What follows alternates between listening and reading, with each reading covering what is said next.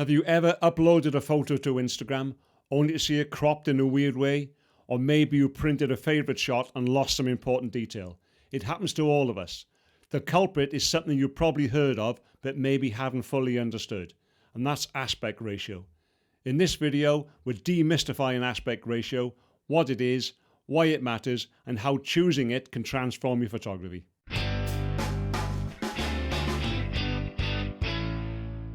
Did you know that every digital camera has a native aspect ratio built right into the sensor?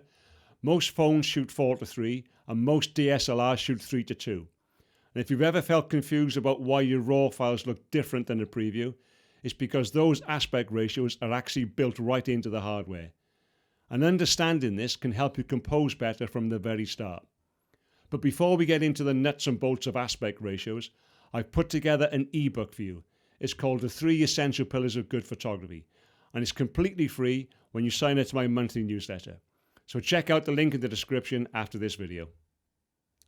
Choosing the wrong aspect ratio can spoil your composition, but there's a simple fix that puts creative control back in your hands. And stick around, because today you'll learn how to pick and set aspect ratios in camera, if your camera allows it, when to crop afterwards, and why you don't have to stick to the so-called standard formats. So what do we mean by aspect ratio? In photography, the aspect ratio is simply the relationship between the width and the height of your image. When we say 3:2, that means the long edge is 1.5 times longer than the short edge. And it has nothing to do with the resolution. An 18 megapixel photo and a 50 megapixel photo can both be at a 3:2 ratio. This ratio is defined by your camera's sensor. Most DSLRs and mirrorless cameras use a 3:2 sensor, while smartphones and micro four thirds cameras default to 4:3. Video, on the other hand, is usually 16:9, as are most modern TVs. So why should you care? Well, because aspect ratio influences how you compose a shot and how your photo is displayed. If you cram everything into a 4:3 frame, you'll struggle to crop it to 16:9 later without losing important details. Conversely, if you shoot a very wide 16:9 frame and later decide you want a classic 3:2 print, you'll sacrifice the top and the bottom of your scene. And did you know the square 1:1 ratio, now very common on Instagram, was once perfect for vinyl album covers? Typically, LP sleeves measured about 12 inches square, and many iconic album designs use that square canvas. So when you crop a photo 1:1, you're tapping into a long tradition of visual storytelling. Some of you might even know that vinyl is actually making a bit of a comeback. Anyway. You may have heard mentioned that changing to a non-native ratio throws away pixels. Well, here's the thing. If you shoot RAW, most cameras keep all the pixels and simply tag the cropped areas as metadata. The aspect ratio setting only affects the JPEG preview. But be aware, however, that some micro four thirds cameras, like the Panasonic Lumix G9, do physically crop the RAW file when you switch from 4:3 to 3:2. So if you want maximum flexibility, shoot in your camera's native aspect ratio and crop later. Most cameras have a native aspect ratio tied to the sensor, but many let you choose different ratios via the menu system. My Sony ZV-E10 offers 3:2, 4:3, 1:1 and 16:9 for still photos. Lots of cameras also let you select different aspect ratios, but on the other hand, some cameras don't have any aspect ratio masks at all, such as my Canon 5DSR. For those, you'll need to compose in the native ratio and crop in post, or use the low-tech idea I'll show you later.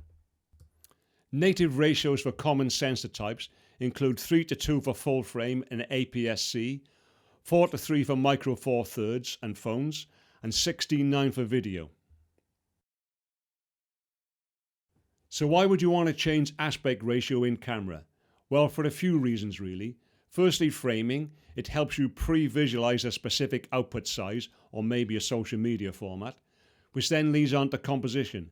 For example, if you're shooting in a 16:9 aspect ratio for landscape, you can get the exact composition and placement of elements in the image that you want in camera. And buffer or file size. On some cameras, Crop JPEG files let you shoot longer bursts or reduce the amount of storage needed. If your camera doesn't have these options or you're shooting RAW, it's often best to leave it at the native ratio and crop later.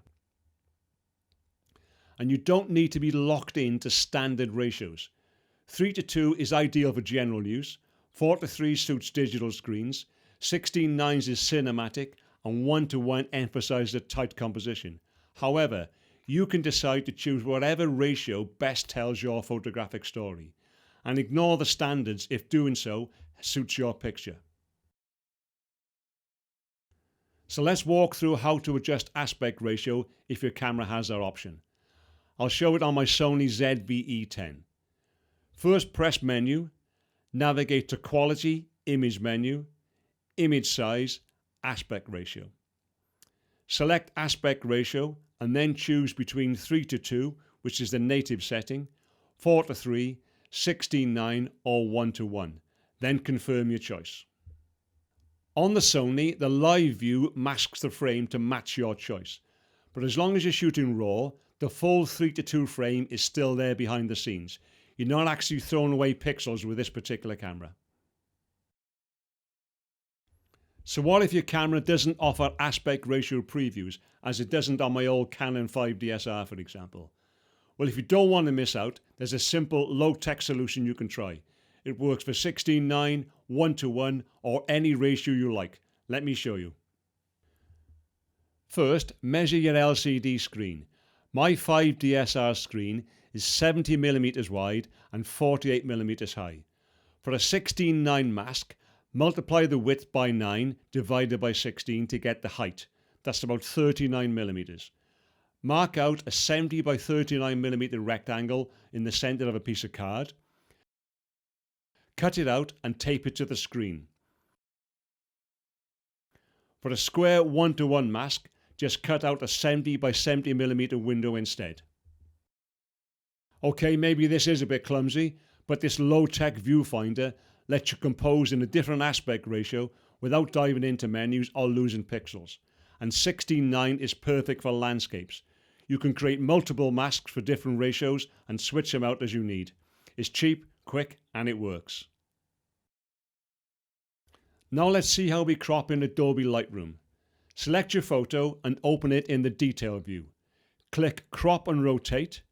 Open the aspect ratio drop-down and choose between original, 1:1, 16:9, 4:5 or custom to enter your own, say maybe 12 by 10. Or even click the padlock icon to unlock the constraints and choose the exact crop you want for your composition. And remember, we don't have to stick to the standard ratios. Once you've chosen your preference, you then drag the corner handles or use the slider to straighten the picture. When you're happy, click Done to apply. This method preserves maximum resolution because you're working with a full RAW file. If you change your mind, you can always revert to the original crop because you're working non-destructively. Now let's look at how different ratios work in practice. 3:2 is the classic and probably the most common and great for general shooting. 4:3 is typically found on smartphones and micro four thirds cameras. This has a taller feel and is now fully supported on Instagram. 16:9 and 9:16, panoramic and vertical, the standard for TV, video and social media stories. 1:1 square is perfect for vinyl inspired art and social media. Square album covers with about 12 inches square. And let's not forget custom ratios. Try 5:4, 3:1, panoramas or anything you like. Just remember that extreme crops reduce resolution if you're shooting JPEG or with cameras that physically crop RAW files. Here's a quick bonus tip for you. Always leave extra space when composing. Many camera viewfinders show only a portion of what the sensor captures, some as little as 80%. That means if you fill the frame too much, you could chop off heads or feet when you're printing. Use built-in crop guides if your camera has them, or use a homemade mask like we just made to help you compose your pictures. And maybe try shooting a little wider, which gives you a little bit of wiggle room in post to adjust it if you need to. So let's recap what we covered today. Aspect ratio is simply the width to height relationship of the frame. The native ratio in most cameras is usually 3:2 or 4:3. Shooting RAW preserves all pixels. Cropping in camera only affects JPEG previews for most cameras, but some Micro Four Thirds models do crop the RAW file, so make sure you do check yours. Set a ratio in camera for framing, composition or file size, or otherwise use a DIY mask if your camera doesn't have that option. The 1:1 ratio isn't just for Instagram, it's a nod back to the classic square album cover. I think that's maybe why I like it so much. And leave space around your subject, calibrate your viewfinder and make use of Lightroom's crop tool for flexibility. Aspect ratio is a really powerful tool. By understanding it and using high-tech or low-tech methods, you can control how your viewers experience your photos and bring your creative vision to life. If you found this helpful, please hit the like button and subscribe for more photography education. Remember to download your copy of the ebook and drop me a comment to let me know what your biggest frustration is with cropping. Is it social media, printing, or maybe even deciding which aspect ratio to choose in the first place? I read and respond to everyone. Thanks so much for watching, take care, and I'll see you soon.